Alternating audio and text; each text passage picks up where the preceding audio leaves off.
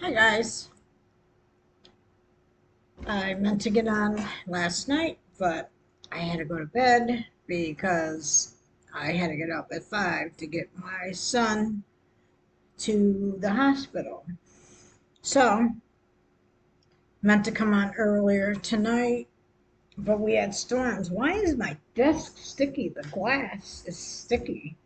Not sticky like dirty, sticky like humid sticky. You know how much humid?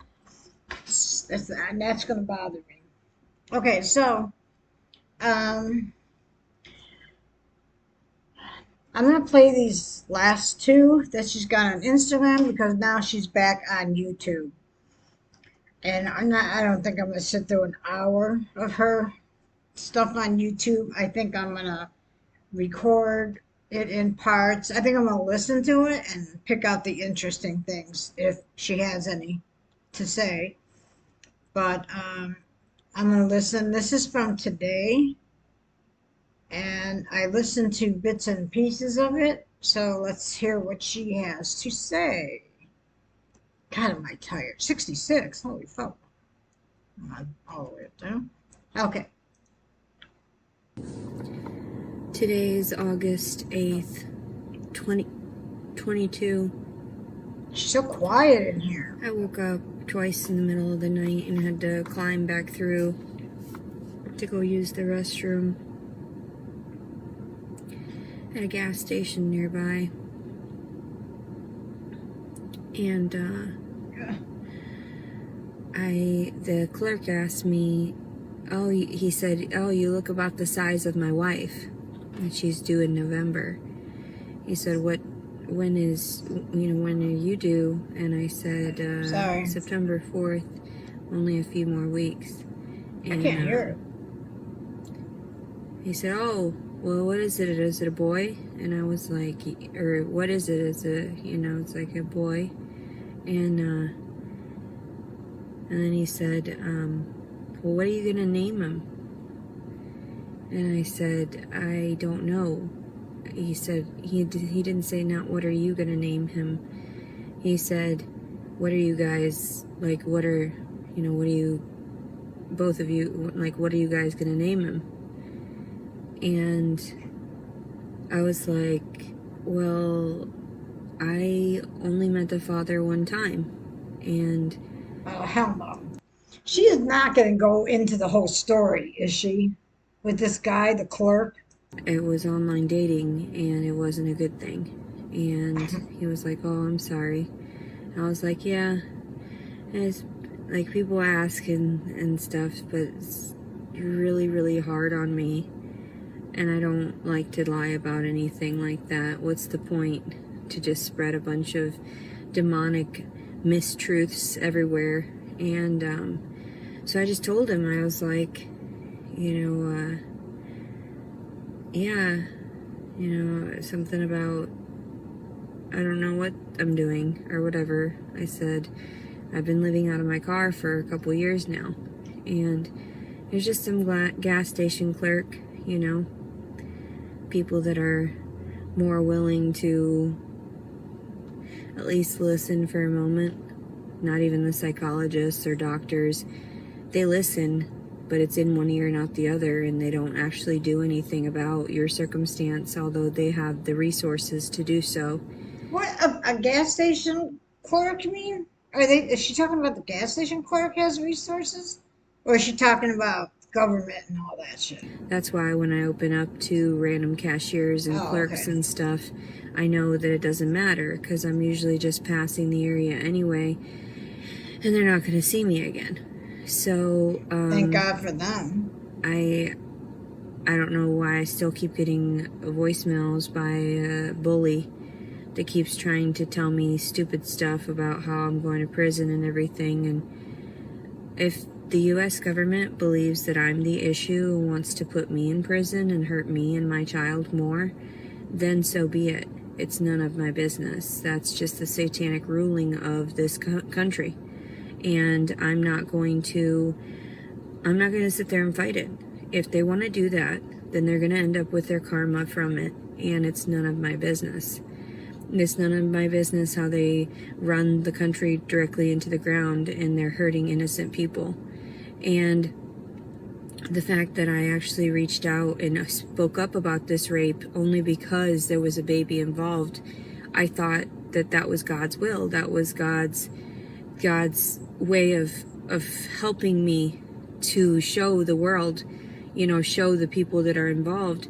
You don't do that to girls like me. You don't do that. I had so much of an opportunity to find true love, and penis is not true love. I was always so overwhelmed when guys would start rubbing up on me, or being shady and creepy and manipulative in that way, sleazy. And the father did come up to me and he spanked me on the top of my bottom, and I thought, he was just being playful. You just don't allow that. You don't allow any of it, because those are the types of people that are creeps, that are cheating on their wives, that are, they're really backhanded, and because they cheated, they want to destroy you as just some random person, especially them knowing that I was homeless, them knowing that I was on disability, that there was nothing, if it came up to it, they would have their character witnesses within their works, but that doesn't mean that that's a character witness within their relationships. Completely different facet, completely different mannerisms and respectability within that, because you can't respect somebody that's a child molester, that's doing good things for the world in other ways. No, they're still destroying souls. They're still destroying, like, girls like me. Nice.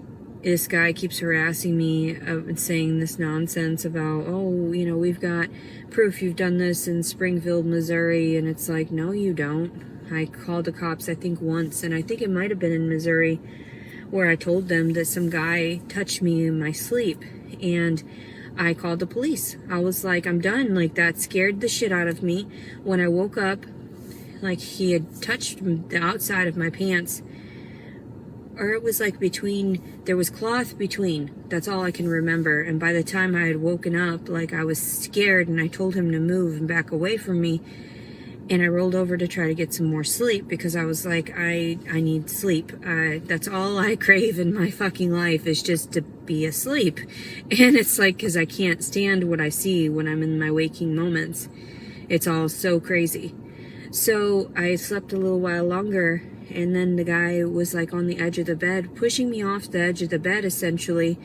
And this was many months ago when I was traveling through the area. I don't remember where it was. I think it was Missouri. I don't remember.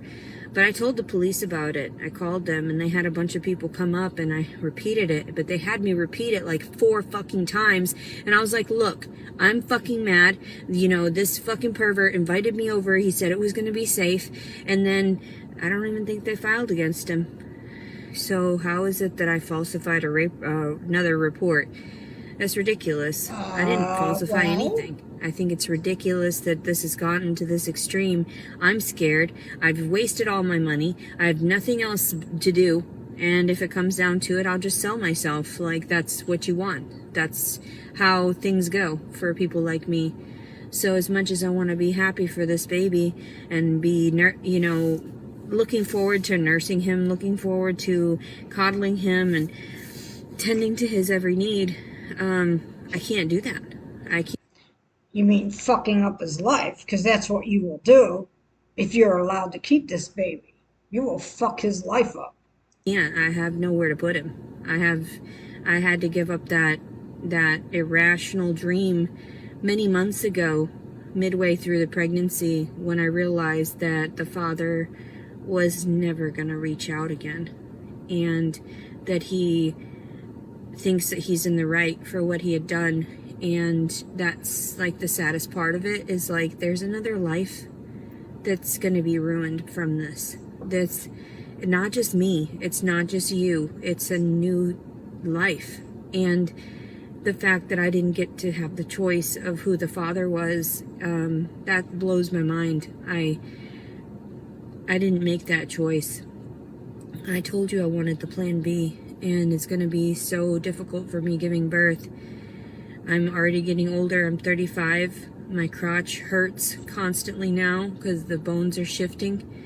I'm very scared.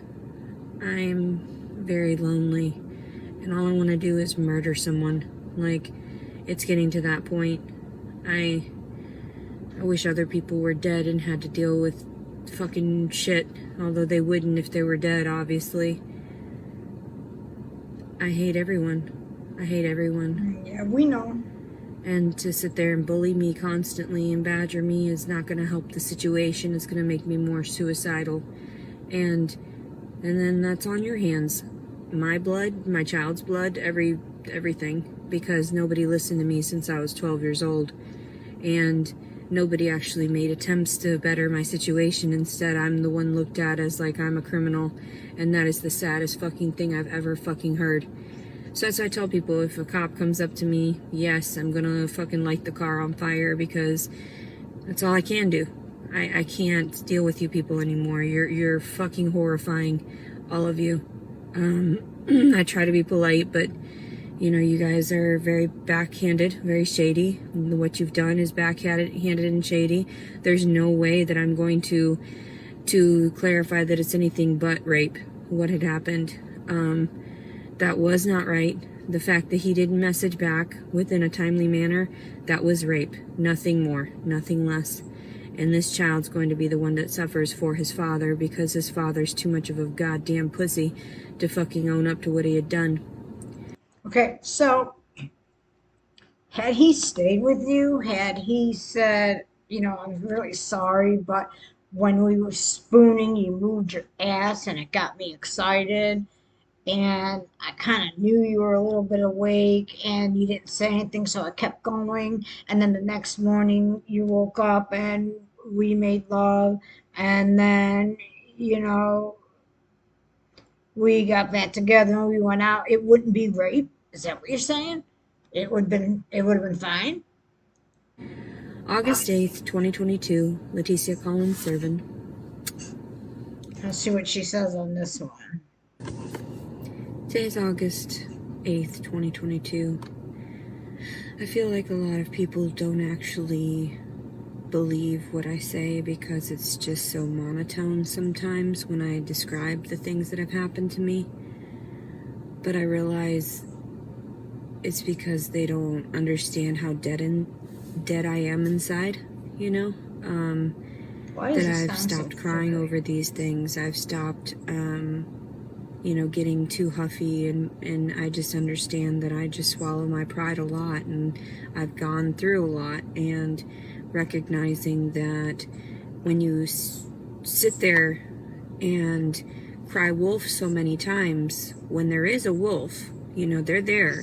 You can see them in the Is this an distance, old one? whatever. They come up and they inflict you with Hold whatever on. Sorry, perversions they have. guys. Just seems like I heard this before.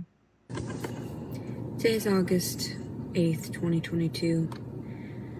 I feel like a lot of people don't actually Maybe not. believe what I say, because it's just so monotone sometimes when I describe the things that have happened to me. But I realize it's because they don't understand how dead I am inside, that I've stopped crying over these things. I've stopped, getting too huffy, and I just understand that I just swallow my pride a lot, and I've gone through a lot, and recognizing that when you sit there and cry wolf so many times, when there is a wolf, they're there. You can see them in the distance, whatever. They come up and they inflict you with whatever perversions they have on the top of their mind, in that way. In the top of whatever. I just feel like I've gotten accustomed to it. I've gotten accustomed to the fact that crying wolf when there is a wolf and no one else sees it, because they don't have proof. They don't have video proof. They don't have evidence of these things. And I realized that that's damning for them, to not hear the witness or not hear the innocent victim crying out for what had happened to them. And crying wolf is not the right, aphorism for that. But I just meant in general, crying out for some assistance, crying out for somebody to help me during those moments where I was at my weakest, and everyone just relayed me back to my family because I lied when I was 12 when they allowed my parents into the room, and my parents told me, if you don't tell them that you were lying, we're gonna kill you. So, and that was normal in my family. My dad threatened to kill us all the time. My mother allowed it. My mother was very submissive, and she didn't really partake, and as much as she could detach, she did. And I never saw that for many years. I always thought that she was there to help me, but she's very vindictive, she's very spiteful, and she's done things to me that are not normal between a mother-daughter relationship. And she has always been so cocky when she gets away with it as well, destroying my life in little ways. Making sure that when she stabs me that it's in there very firmly. She's always been that way. And then she turns around and complains that because I confront her about her mental issues and, her jealousies and living vicariously through me, that I'm the issue. You know what's sad? People like her, Shani, and Trisha, they've all had these mothers that stood by and not only looked away while they were being abused or something, but all mistreated them. And it's like, and they tell so many lies that you don't know if it's true or not. Were they really abused as kids growing up? Did their mothers really stand by and watch them get abused? Did their mothers really do these terrible things to them? And that's why they're all fuck ups now? You don't know because as adults, they're narcissists and they're all fucking liars. And they're all victims. But I'm the issue in the family, and that's actually what has gone on my entire life, is that when I would speak out about this stuff after the age of 12, when I was getting therapy and everything and on meds, and realized, holy shit, it wasn't me that was crazy after all. Holy shit, what I'm seeing around me is true fucking crazy. My dad continually molesting us, my brother fucking tampering with my shit, catching him sniffing my panties all the time. None of it was normal, none of it was healthy, and yet I had to put a smile on my face and go to school like it was normal and that shit's alright, when in actuality, no. I was traumatized from a very early age. Why do you think I attempted suicide? And then I was talking to my mother about this instance where she tried to commit suicide with alcohol poisoning was her choice. Bitch, you wouldn't have died in one fucking moment from alcohol poisoning in that way. So she was just all drunk as fuck, making up some bullshit, just crying out for attention, and everybody tells me I do it. No, bitch, when I tried it, I took all your goddamn pain pills is what I did. Those prescribed ones, those narcotic ones, yeah, because I wanted to be out for eternity. And then she's laying there, and I actually called my dad that day, and I was like, whoa, that's weird. My dad answered the phone. Like, I've never had my dad respond to a phone call from the school because I wasn't feeling well. And I just told them, I was like, I'm not feeling good. I really have to go home. It wasn't very often that I didn't feel well, super, really sick. And then I got home, and my mother was laying on just strewn across their bed, and talking about my dead relatives, my grandfather on my father's side, and my uncle that, perished in a house fire. So, an explosion, really. And I just thought, I was there, I was crying, I was, hoping that she would be okay. She ended up sobering up by the time the other kids got home, or to the point where she was just sleeping and she was fine. I was trying to keep her awake. I was making sure that she was all right. And that's what I got home to. You know, I was sick. It didn't matter. I felt sickly probably because she was doing that at home, you know, and she was really my only connection in this world that persuaded me long enough to think that somebody cared out there, you know, because she'll flip flop. Of course, she says it's me. Everyone says it's me doing it. And I'm thinking, Yeah. no, my love has always been there. I've always been unconditional, but I will still tell you to your face that you're doing something really fucked up and you need to take a look in the mirror, a long, hard look in the mirror. So, That's why nobody really likes you because you project that onto everybody else. You are innocent and you throw how you are onto them. what I'm just trying to say in this story is that, you know, life is shit. And the fact that nobody's believed me and that they're continually harassing me.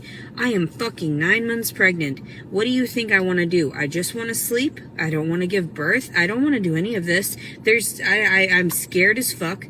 I have nowhere to put it. I don't have anything for this baby. I don't know what I'm supposed to do. Just give him away right after I go through all the pain of birthing him, which is fine. Like I'm accustomed to it. I'm accustomed to people, you know, giving me a gift, right?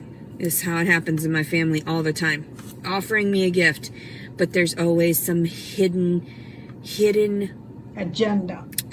you know, agenda behind that. A hidden sort of, don't take candy from the devil, because there's always an underlying point to where it's like you owe them at some form or another. My mother's always held over my head that she had to finance feeding me, clothing me, everything. Never have I actually been told in my life that I was actually valued or that I wasn't a burden. My entire life I've been a burden. Regardless of what she placed into my brothers or anything like that, I get told constantly it's all about the financial support that they put toward me. They didn't even talk about how, you know, they love me or anything like that. It's not about the emotional support in my family. It's never been. So I knew that taking anything from anyone, even friendship, that there was always like a unseen, like hidden repercussions, you know what I mean? Like hidden sort of consequences to that. And I recognized that I just was always alone and it didn't matter. And I knew that even with the whole meeting the father and everything, that there might have been a hidden agenda behind it, but he seemed so fake. So fake. I saw nothing but his shyness at that time. I saw nothing but his need for comfort in that way, and I wanted to be generous with my time, and that's why I let him stay that night next to me, and that was a mistake, a clear mistake. We would have never actually fornicated whatsoever because I really didn't, I despised him. And he, I'm sure, despised my personality too, knowing that I was not going to give in and that I was rejecting him. And so that's why he had to snatch it when he could. I guess Say that's why they what? call it that. Anyway, I can't wait till I can make longer videos again and post them on YouTube. I think today might be the day. August 8th, 2022, Leticia Collins Servin. You know, sometimes she doesn't make sense. And she'll be talking about something and it's different from what she said before. And unfortunately, my mind is, uh, I know it's the medication they have me on, and I have to go back, and then I can't remember what video it was, and then I get overwhelmed because I'm trying to go back and listen to all the videos, but I know she said something different. And I hate that. I wish I should label them like somehow so that I can go back and find it and then get them together. But I know that she says something, like she'll say something on this one that I know is different from something she said on the other one. That's why I don't believe a fucking word she says. But anyway, I'm going to end it. I am going to listen to her YouTube video because it's like an hour and I think 20 minutes long or something. I'm too tired to do it tonight. I'll listen to it tonight, but I'm too tired to react to it tonight. Um, and see what she has to say. She's beat here. You can tell she's like giving up. And I know on the other one of the other ones, she said that she hasn't received any donations. And I think she's realizing it's her fucking attitude that people are sick of it now. Uh, she doesn't appreciate anything. She's burning bridges. Everywhere she goes, she's burning bridges. Everybody she meets, she's telling this story. Everybody's getting sick of her. We're getting sick of the same old shit over and over and over. So, I mean, thank you people for wising up and not supporting a piece of trash like this. Okay, guys, so I'm gonna go. I am going to take the dog out if it stopped raining. I'm gonna have to take the umbrella and hold him outside, right outside the front entrance door, so he can pee on the bushes right out here. We had some pretty bad storms a little bit ago. So, all right, guys, I will see you. It's probably gonna be, well, I'll upload this tonight. I'll probably see you tomorrow. Bye now.